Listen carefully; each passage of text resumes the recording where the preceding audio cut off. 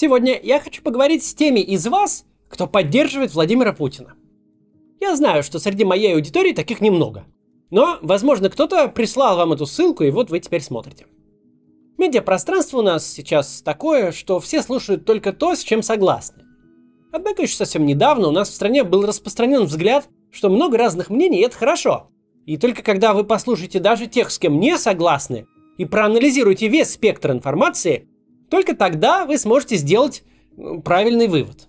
И вот сегодня я хочу предложить людям, не согласным со мной, а поддерживающим Владимира Путина, послушать меня. Может быть, вам какие-то аргументы покажутся интересными и достойными размышления. Может быть, нет. Но я попробовал их собрать в этом ролике, чтобы вам их предложить. Давайте начнем.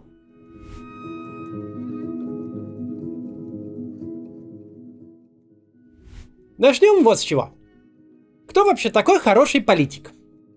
В ответ на этот вопрос можно вспомнить огромное количество прилагательных. Умный, честный, смелый, красноречивый и так далее. Да, все это хорошие человеческие качества, но все-таки они не дают исчерпывающего ответа на поставленный вопрос. Хороший политик, будь то глава поселка или лидер государства, кто он? По моему мнению, это в первую очередь тот человек, который способен ставить перед собой цели и достигать результатов. Правильно выбранная цель – это уже половина успеха. И все предвоенные годы мы много говорили о том, что главная проблема российского руководства состоит в заведомо неверном выборе целей. Увеличение благосостояния граждан России, конкурентная высокотехнологичная экономика, устойчивые и надежные государственные институты, которые переживут любую смену власти, независимые суды и заслуживающие доверия органы правопорядка, система образования, которая готовит профессиональные кадры для всех сфер деятельности от науки до культуры. Здоровье нации, обеспеченное доступной медициной, массовым спортом и заботой об экологии. Удобные, красивые и безопасные города, где бережно относятся как к архитектуре, так и к людям, к детям и родителям с детскими колясками, к пожилым и инвалидам. Я бы ставил перед собой такие цели, если бы был главой государства или шел бы на выборы. И, по-моему, только страна, ставящая перед собой подобные цели, может называться великой державой. И, кстати, многое из этого Владимир Путин в самые первые годы президентства как раз называл как цели. Помните, было это, что удвоим ВВП и догоним Португалию? Ведь это вначале было. Оно все-таки, имелось в виду, чтобы граждане нашей страны жили богаче и счастливее. Но, однако, потом на первый план вышла борьба против НАТО. Мы многие годы, как минимум последние лет 10, но вообще, похоже, и 15, занимались не своей собственной страной, не своими гражданами, не улучшением их жизни, а Украиной. Мы не строили свое будущее, а постоянно смотрели в прошлое. Причем даже не с лирической ностальгией, а с гипертрофированным чувством обиды. Обиды на дальнее зарубежье, обиды на ближнее зарубежье, на весь мир и даже на самих себя. Мы постоянно находились в чрезвычайном положении, в стремлении кому-то что-то доказать и отстоять свой авторитет. Даже Олимпиады и чемпионаты мира мы воспринимали не как праздник спорта, а как войну. Но давайте просто предположим, что все те цели, которые ставило перед собой российское руководство, были действительно верными. Просто мы много уже на этом канале говорили об этих целях, о том, что с ними было не так, и какие надо было бы ставить.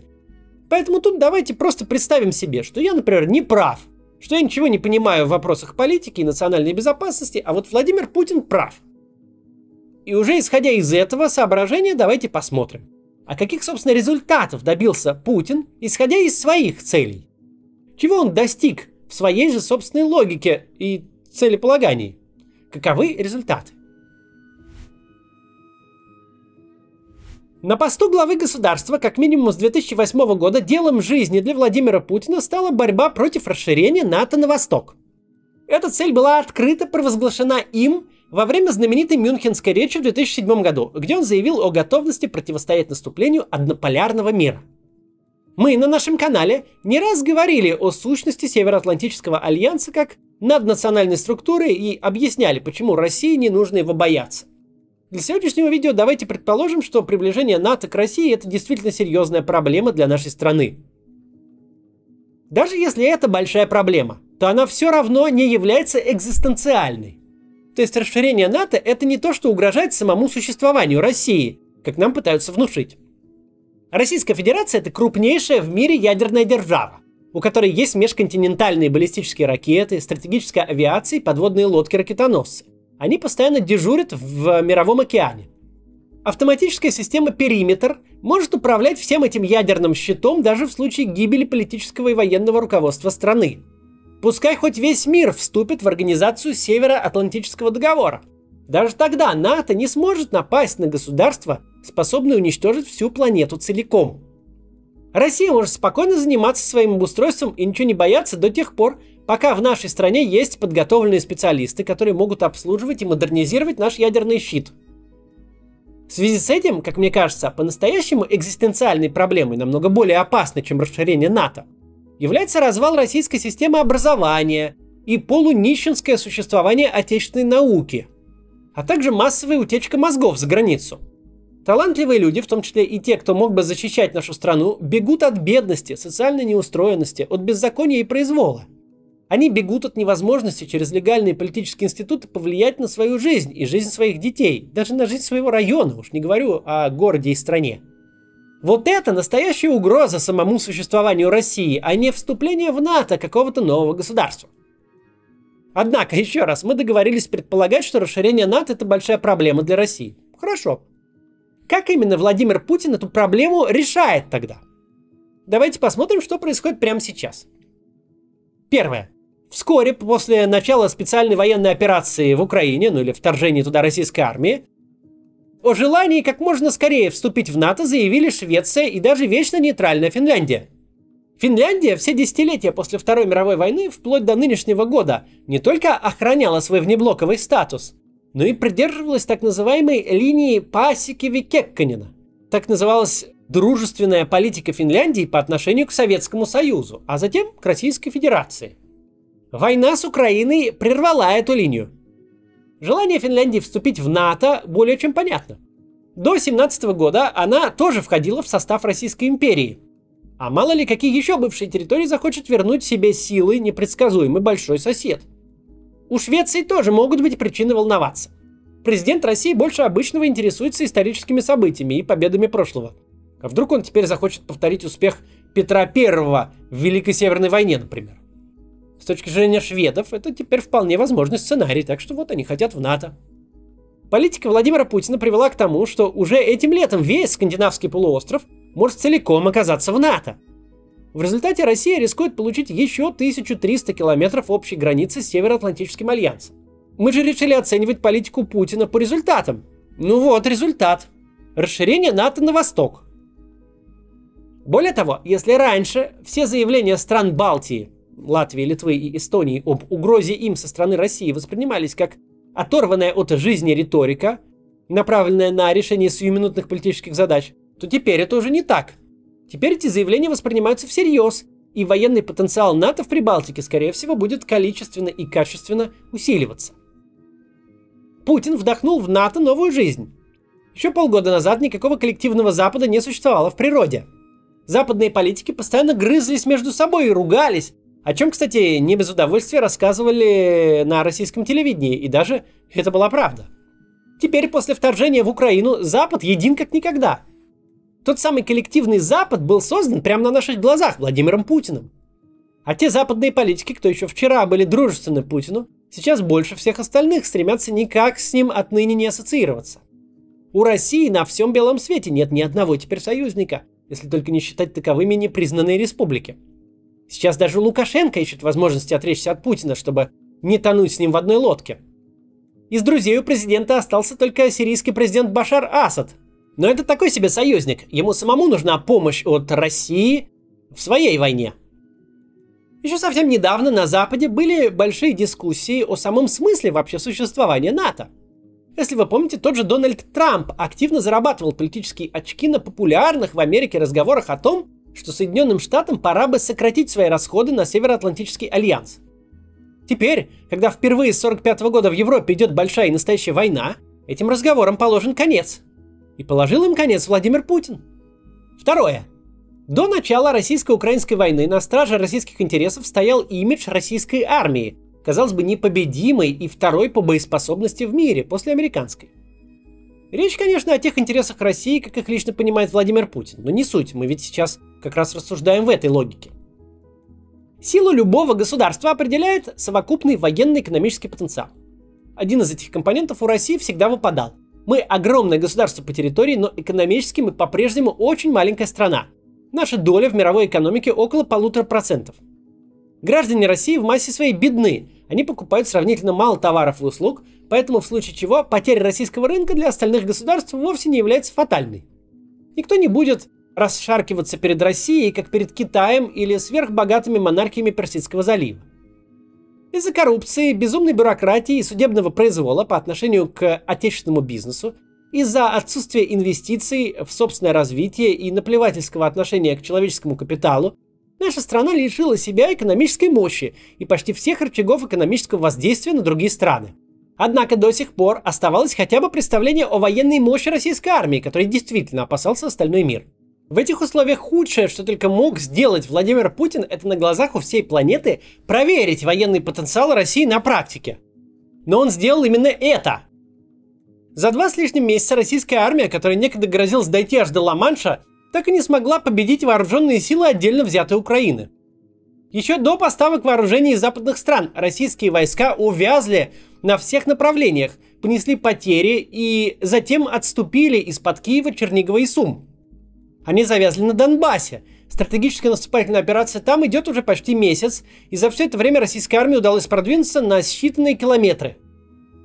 Погибло множество российских генералов и много солдат. Черноморский флот России оказался обезглавлен, безвозвратно лишившись своего флагмана. Последний раз Министерство обороны России отчитывалось о потерях 25 марта, больше месяца назад. При этом, назвав число убитых и раненых, Минобороны деликатно умолчало о количестве пропавших без вести, или плененных. А Росгвардия о своих потерях за всю войну не отчитывалась вообще ни разу. После гибели крейсера «Москва» нет никаких сомнений в том, что любой официальной статистике доверять нельзя. Потерь среди членов экипажа ракетного крейсера «Москва» нет. Все моряки были вовремя эвакуированы. Но даже если поверить официальным данным, то и тогда российские потери огромны. Более 5000 убитыми и ранеными, многие из которых уже никогда не встанут на ноги. И это больше, чем месяц назад. Столько их было до начала генерального сражения на Донбассе, где интенсивность боев сейчас очень высока. И это согласно данным, не очень-то заслуживающим доверия, мягко говоря. Провал российской армии в Украине видит весь мир. Весь мир видит, как Украина безнаказанно обстреливает и уничтожает объекты уже на самой российской территории, в Брянской, Белгородской, Курской областях. Теперь России больше нечем грозить другим странам. Остаются лишь газовый шантаж и ядерный шантаж. Но газовый шантаж приведет к тому, что европейские государства мало-помалу просто перестроят свою экономику и в обозримой перспективе будут слезать с иглы российского газа. Они переориентируются на других поставщиков, которые подобным шантажом не занимаются. В этом случае Россия лишится не только последнего экономического рычага давления на западные страны, но и огромной части своих доходов. А ядерный шантаж – это в принципе заведомо провальная история. Потому что если ты его не реализуешь, то никто тебя всерьез бояться не будет. Над тобой просто будут смеяться. Если же ты его реализуешь, то от тебя самого ничего не останется в результате ответного удара. В атомной войне победителей не будет. В самой России не останется ни одного более-менее крупного города. Атомным оружием Путин грозит в равной степени как Западу, так и самой России. Не думаю, что кому-то из россиян, даже большим сторонникам Владимира Путина, может быть по душе перспектива ядерной войны. Больше всего от всей этой борьбы против НАТО вообще всегда страдают именно россияне. Этот момент давайте запомним, к нему мы еще вернемся. Третье про НАТО. Сейчас на 3-й месяц войны, увидев, что Украина не сдалась и сдаваться не собирается, коллективный Запад, теперь уже действительно существующий, начал масштабные поставки оружия для украинской армии. Это уже не переносные гранатометы, а тяжелые вооружения, дальнобойная артиллерия и бронетехника, способные решить исход войны. Ресурсы российских вооруженных сил тают на глазах. Все современное оружие, танки, вертолеты, самолеты, крылатые ракеты, нынешняя Россия всегда производила лишь малыми сериями. Мы уже давно не Брежневский Советский Союз, способный вооружить сотни дивизий и десятки воздушных армий. Ту технику, которую российская армия накапливала многие годы, она сейчас сжигает на фронте за считанные недели. А вот украинский военный потенциал, на который работает более 30 государств, только прирастает. И не только украинский. Среди различных схем помощи Украине есть в том числе и такая схема. Европейские государства-члены НАТО передают вооруженным силам Украины бэушную технику, а взамен получают новые образцы от Соединенных Штатов. Таким образом, сейчас идет не только накачка вооружений украинской армии, но и перевооружение армий стран НАТО. В мирное время такое перевооружение заняло бы долгие годы, и не факт, что состоялось бы вообще. Но его, по сути, инициировал Владимир Путин. И уж Украину-то он милитаризует вообще выше крыши. И последнее. Путин годами эксплуатировал риторику, будто бы он самоотверженно борется против Запада. Под это дело в России был принят ворох репрессивных законов, включая законы об иностранных агентах, которые якобы работают по заданию западных правительств в тылу России. За все время ни одно зарубежное государство никак не пострадало от этих законов.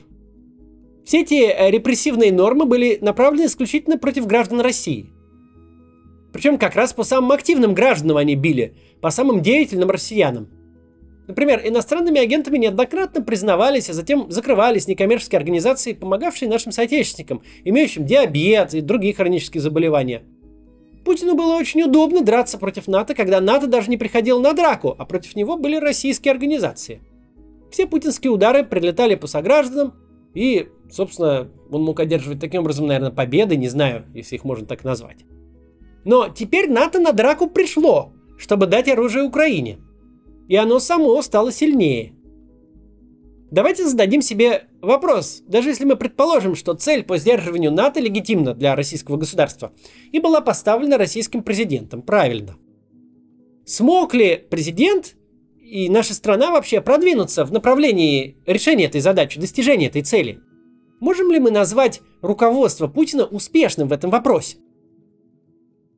Это мы даже опускаем тут тот вопрос о том, нужно ли было нам ставить такую цель. Это ведь тоже, напомню, важное качество управленца, и тем более президента, ставить верные цели. Ну, допустим, он ее поставил верно. Преуспела ли Россия в ее достижении, положив на это столько усилий и лет? Помимо борьбы против НАТО, одной из главных целей Путина было удержание Украины на российской орбите. Украина все последние годы интересовала Путина больше, чем россияне. Чем мы с вами. С 2020 года в условиях пандемии страну покинуло свыше 60 тысяч врачей и других медработников. С 2014 года тарифы на водоснабжение выросли почти на треть, на электроэнергию в разы, на газ для домохозяйств в десятки раз. У многих людей просто нет денег, чтобы оплачивать коммунальные услуги. Им приходится буквально выживать. Что случилось? Почему все это происходит? Ответ очевиден. Потому что приданное, полученное не только от советской эпохи, но еще и от Российской империи, промотали и растащили по карманам. Если вы не поняли, это Путин говорит об Украине, которая, в отличие от Российской Федерации, оказалась в самом центре его внимания. Но опять же, давайте не будем рассуждать о целеполагании и просто предположим, что действительно удержать Украину – это однозначно очень благая цель. Давайте посмотрим же, получилось ли добиться этой цели. Вся довоенная политика Украины в 21 веке – это качели. То прозападный Ющенко побеждает пророссийского Януковича, то наоборот, на следующих выборах Янукович побеждает Ющенко. Майдан в этом плане ничего не изменил. Все те политики, которые возвысились благодаря Майдану, на следующих же украинских выборах проиграли, причем с треском. Даже если мы согласимся с тем, что Майдан это какая-то проблема, то Украина сама избавилась от, собственно, его результатов. На следующих же выборах к власти пришло руководство, не имеющее к Майдану никакого отношения. Причем это произошло не благодаря, а вопреки попыткам российского вмешательства, которые только лишь давали аргументы антироссийски настроенным политикам. То же самое касается и украинских националистов. Да, казалось бы, они как-то усилились в 2014 году. Но это естественный процесс в любой стране. Националисты усиливаются в моменты политического кризиса. Россия тут, кстати, совершенно не исключение. Однако украинские выборы, опять же, все расставили по своим местам. Националистов нет в правительстве Украины, а в парламенте они присутствуют в качестве аж одного депутата из 450. Они как бы были абсолютными политическими маргиналами без общественного капитала и общественной поддержки в Украине, так ими и оставались. И никто никогда не делал им такой хорошей рекламы, как российские журналисты, которые годами показывали украинских ультраправых буквально под микроскопом. Но если националисты в Украине не смогли набрать достаточно голосов, чтобы пройти в парламент, то вот пророссийские политические силы до войны спокойно брали мандаты в больших количествах, как на всеукраинских выборах, так и на местных. Второе место в Верховной Раде было у пророссийской оппозиционной платформы «За жизнь». Одним из ее лидеров был кум Путина Виктор Медведчук, который в 2019 году ездил в Россию и встречался с руководством «Единой России». Это никак не помешало оппозиционной платформе занять в Раде второе место после президентской партии «Слуга народа». Вместо войны Путин мог бы в своих целях сыграть на внутриукраинских противоречиях. Но в итоге он объединил всю Украину против самого себя и заодно похоронил все возможности российского влияния на украинскую политику. Через месяц после начала войны деятельность всех пророссийских партий в Украине была приостановлена. Когда и если им разрешат возобновить свою деятельность, они радикально изменят свою риторику, чтобы набрать хоть какие-то голоса. Никто за дружбу с Россией выступать больше не будет. Довоенная ситуация, при которой кум Путина идет на украинские выборы, больше невозможна. Путин внутри России привык все вопросы решать грубой силой. У него нет никакого опыта умной политической игры. Поэтому в Украине он переиграл только самого себя, а мог бы просто ничего не делать, например. Тогда бы, может быть, что-то и выиграл. Потому что до попыток вмешательства Путина вообще-то Украина была вполне себе пророссийски настроена. Еще в 2004 году большинство жителей Украины считало Россию дружественным государством и совершенно не стремилось ни в НАТО, ни в Евросоюз. И последнее. Если Путин, начиная войну, рассчитывал на то, что украинские граждане встретят российскую армию с цветами, то зачем он в своих обращениях говорил об Украине как о недогосударстве и историческом недоразумении? Где здесь логика? Ведь понятно же любому нормальному человеку, что украинцы от таких речей окажутся совсем не в восторге. Спецоперация в Украине началась под лозунгом «Своих не бросаем». Она объяснилась необходимостью помочь нашим на Донбассе. Мы многократно на нашем канале говорили, что вся война на Донбассе стала следствием весьма странной политики со стороны России. Если предположить, что в 2014 году жителям Донецкой и Луганской областей Украины что-то угрожало, то можно было бы поступить так, как в таких ситуациях поступает, например, Израиль. Израиль неоднократно эвакуировал на свою территорию этнических евреев из стран, охваченных гражданскими конфликтами. И Россия могла бы не начинать кровавую войну, а вывести всех желающих жителей Донбасса в нашу страну, обеспечить их жильем и работой, дать гражданство. Это выглядело бы благородно и стоило бы гораздо дешевле, чем война. А главное, не гибли бы люди. Те, кто захотел, уехал бы и начал бы хорошую жизнь в России, а те, кто захотел, остался бы и продолжал бы хорошо жить в Украине. В конце концов, Путин мог бы повторить опыт Крыма и присоединить территории самопровозглашенных ДНР и ЛНР к Российской Федерации, аннексировать их, а затем превратить их в витрину русского мира и показывать, как там хорошо жить. Это, конечно, было бы грубейшим нарушением норм международного права, и так делать нельзя, и я это не поддерживаю. Но, если бы Путин считал, что там действительно людям угрожает опасность, он мог бы так сделать. Это хотя бы какое-то понятное действие. Мировое сообщество, конечно, этим бы очень ужасно было возмущено, выразило бы большую озабоченность, ввело бы какие-нибудь санкции, но не такие большие, как сейчас. Ну, примерно как было с Крымом.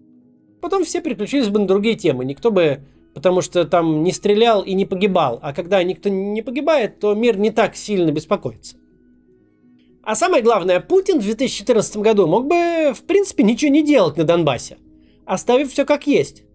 Он мог бы оставить миллионам жителей Донецкой и Луганской возможность не погибать за так называемые народные республики, а спокойно жить в Украине и заодно давать дополнительные миллионы голосов пророссийским кандидатам. Это же было бы выгодно и самому Путину сохранять лояльную электоральную базу внутри самой Украины. Ничего плохого с дончанами и луганчанами в Украине не случилось бы. Потому что точно такие же русскоязычные донбассы из тех частей Донецкой и Луганской областей, которые оставались под украинским контролем, все эти 8 лет нормально жили и совершенно не подвергались никакой дискриминации. Они сами и вся местная власть у них спокойно говорили по-русски. В Мариуполе мэр города даже по-украински не разговаривал. Сайт города велся на русском языке, а сам город очень активно развивался. Зарплаты у мариупольцев были в среднем неплохими по российским меркам. Город был один из самых быстро развивающихся в Украине. В 2014 году Украина вернула себе контроль над городом Славянском. Украинские власти тоже не устроили там никакого не то что геноцида, а даже никаких притеснений. В Славянске просто возобновилась мирная жизнь, и все. И она продолжалась все последние 8 лет, пока сейчас опять не началась война. В 2014 году Владимир Путин зачем-то поместил миллионы людей в никем не признанные республики, которыми сейчас руководят боевики, авантюристы и просто проходимцы. Например, глава Донецкой Народной Республики Денис Пушилин, бывший вообще МММщик.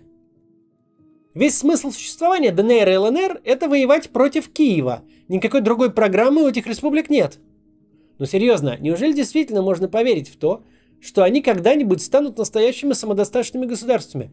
Неужели кто-то на Донбассе действительно мечтал жить в этих микрореспубликах никем не признанных? Большое количество донбассцев все эти 8 лет бежали из ДНР и ЛНР, и не только в Россию, но и в остальную часть Украины. В том числе в Мариуполь, например, где эти беженцы уже второй раз сейчас за 8 лет теряют свои дома. Это что, называется помощь нашим? Вот так вот. Путин испортил жизнь миллионам людей. Они могли бы жить в Украине, а не под властью мутных личностей. Некоторые донбассы надеялись, что их присоединят к России, но и они были очень жестоко обмануты. Путин загнал миллионы людей в какое-то подвешенное состояние и переиграл сам себя, потому что радикально сократил количество избирателей, которые могли бы внутри Украины голосовать за политиков, ориентированных на Россию. Сделал ли Путин какие-то выводы из совершенной им в 2014 году стратегической ошибки? Нет. К 2022 году раны 2014 стали затягиваться. Война на Донбассе перешла в стадию замороженного конфликта. Опять же, можно было ничего не делать, оставить проблему неразрешенной и просто не усугублять ее. Люди как-то приспособились к сложившимся условиям и, по крайней мере, жили. За весь 2021 год, по разным данным, на Донбассе погибли не то 8, не то 18 человек. Каждая жизнь человека бесценна. Гибель 18 человек – это огромная трагедия. Но она не идет ни в какое сравнение с тем, что происходит на Донбассе сейчас. Путин принес опустошительную войну на территорию не только ДНР и ЛНР, но и всей русскоязычной Украины. Именно там, на русскоязычном востоке Украины, где жили наиболее лояльные к России украинские граждане, сейчас целые города и поселки превращаются в пустыни из разбитого кирпича. Именно там гибнут тысячи людей. Выжившие и их дети, а возможно и внуки, уже никогда не проголосуют за политика или партию, которая хотя бы заикнется о дружбе с Россией. Пророссийски ориентированных украинцев на востоке Украины больше нет. Путин смог сделать невозможное.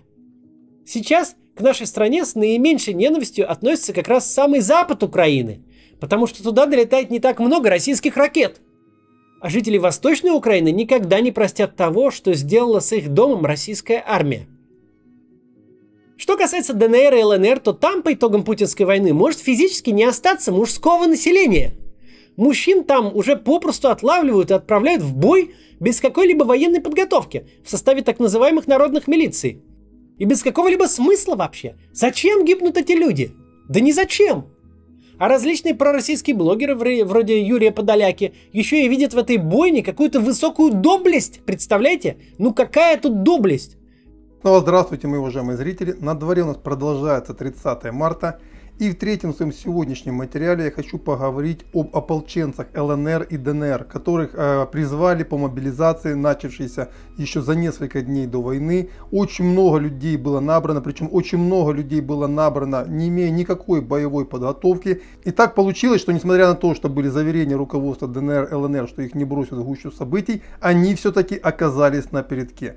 А сегодня об этих людях стараются не говорить, их стараются не замечать, и в первую очередь, я считаю, это несправедливо именно по отношению к этим людям, которые на самом деле сегодня выполняют не менее значимые задачи, чем старое подразделение народной милиции ДНР и ЛНР, либо российские войска.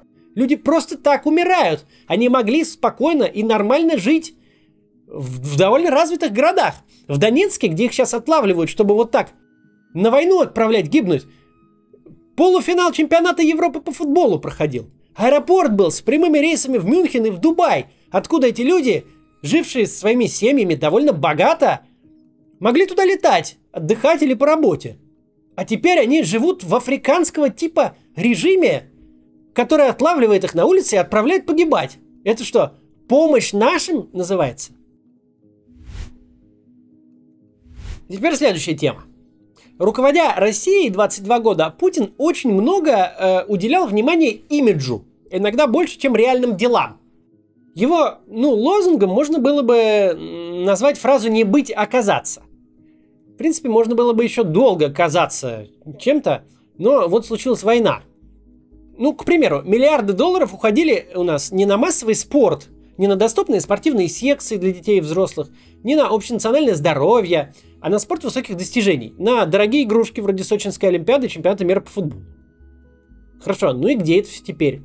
Череда допинговых скандалов сменилась тотальным отстранением российских спортсменов от всех состязаний вообще, которые существуют в мире.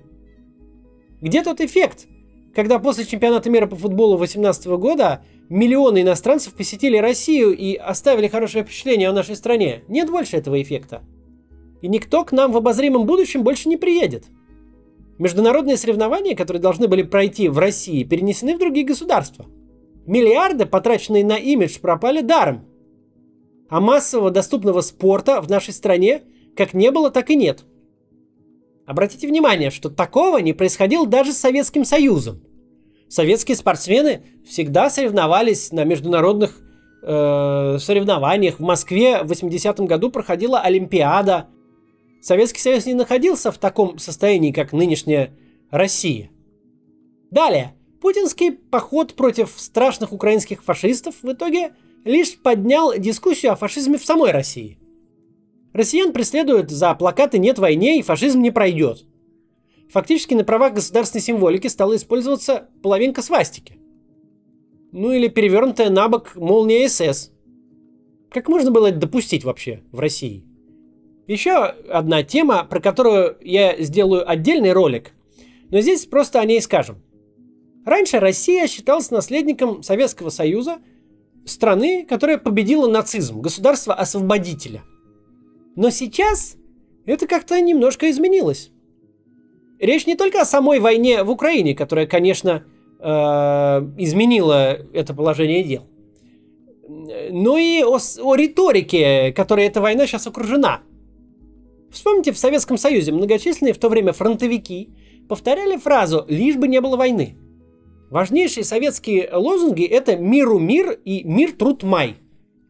Сейчас фронтовиков осталось очень-очень мало, если вообще остались. Они уже не занимают активные позиции в нашем обществе, очень старенькие они. Вот посмотрите, как изменилась риторика, сколько в ней милитаристского угара стало. И неудивительно, что отношение к России, правопреемнице страны, победившей нацизм, радикально меняется. Путин пугал нас какими-то злоумышленниками, которые, дескать, хотят запятнать нашу историю. Но не получилось ли так, что он сам ее запачкал? И теперь непонятно, как нам от этого отмыться. Теперь давайте поговорим немножко о тех обещаниях, которые Путин давал на протяжении своего президентства. И сказал, что я никогда не менял Конституции, не делал это тем более под себя, и у меня нет таких планов и на сегодняшний день. Вместе с тем, и хочу обратить ваше внимание на это обстоятельство, я против увеличения сроков пенсионного возраста. И пока я президент, такого решения принято не будет. За следующие 5 лет войти в пятерку крупнейших экономик мира. За 5 лет мы должны построить в России не менее 1000 школ. И за эти же 5 лет у нас не должно остаться ни одной школы в аварийном состоянии. Каждый работающий человек в России должен получать достойную заработную плату. В ближайшие несколько лет регионы России должны снять проблему нехватки мест в детских садах. Мы добьемся полного выполнения наших обязательств перед участниками Великой Отечественной войны по обеспечению их жильем. Уже в ближайшее время, вслед за снижением инфляции, нужно обеспечить дальнейшее снижение ставок по ипотечным кредитам. Это рыночные субстанции. Я хочу сказать об этом очень аккуратно, но где-то к 6,5–7% мы должны в ближайшие годы подвинуться. Реальные изменения должны произойти и в отечественном здравоохранении. Главное, их должны, эти изменения, чувствовать сами граждане России. Мы должны уйти от зависимости от транснациональных корпораций, а главное обеспечить наших людей качественными лекарствами по доступным ценам. 30 лет назад распался Советский Союз. Для многих это было большой трагедией, и это легко понять. Но находиться 30 лет подряд в нескончаемом трауре, потерять из-за него картину настоящего и будущего, это уже ненормально. Да, наша страна в 1991 году потеряла 24% своей территории. Сейчас это независимые государства, которые идут каждый по своему пути.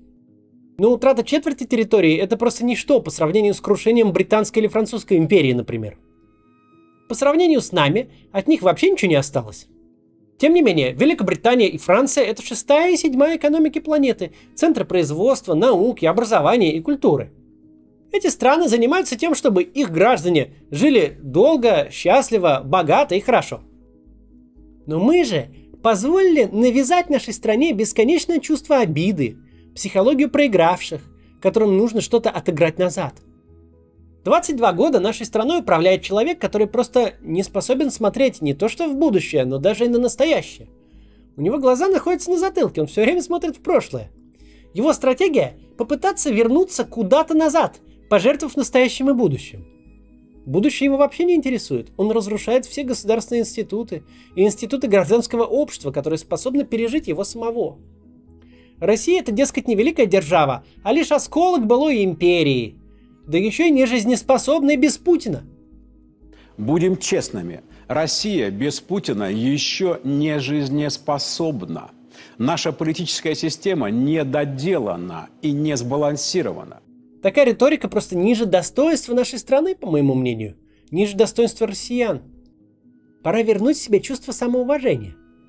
В конце концов, с какой стати постсоветские республики должны возвращаться в орбиту бедной страны со слабой экономикой, которая ни предложить ничего не может, ни сама себя не уважает? Давайте взглянем на карту России и увидим, наконец, на ней не бывшую Российскую империю и не бывший Советский Союз, не бывшее что-то там, а Россию, нашу страну, в которой мы живем и в которой россияне будут жить после нас. Наша страна явно сейчас свернула не туда. Неправильно поставленные цели ведут к самым плачевным результатам. Пора вернуть Россию на верные рельсы, на путь развития и созидания, на путь демократии, который закреплен в нашей Конституции. Не надо думать, что демократия – это власть демократов. Нет. Это инструмент для сменяемости власти, для обеспечения обратной связи и ответственности власти перед людьми. Это защита прав, законность и понятные правила для мирного общежития в нашей стране людей самых разных взглядов и мнений. Пора распрощаться с мифами о зловредных противниках Путина, которые спят и видят, чтобы сдать все национальные интересы России. Надо правильно определить, в чем же именно состоят эти наши национальные интересы. Мне кажется, их нужно искать не в Украине и не в учебнике истории, а внутри самой России. Вкладываться надо в нашу страну, а не в войну против другой страны, которую, вероятно, будут теперь восстанавливать на наши деньги, которые арестованы за рубежом. Нужно заниматься тем, чтобы наши российские граждане жили лучше, дольше и счастливее. Вот это должно быть главной целью деятельности адекватного президента. По моему мнению, президент у нас сейчас неподходящий. И нам нужно его менять. Так я думаю. Если я смог немножко вас тоже в этом убедить, отлично. Подпишитесь на мой канал, может быть, вам понравятся и другие мои видео. До завтра.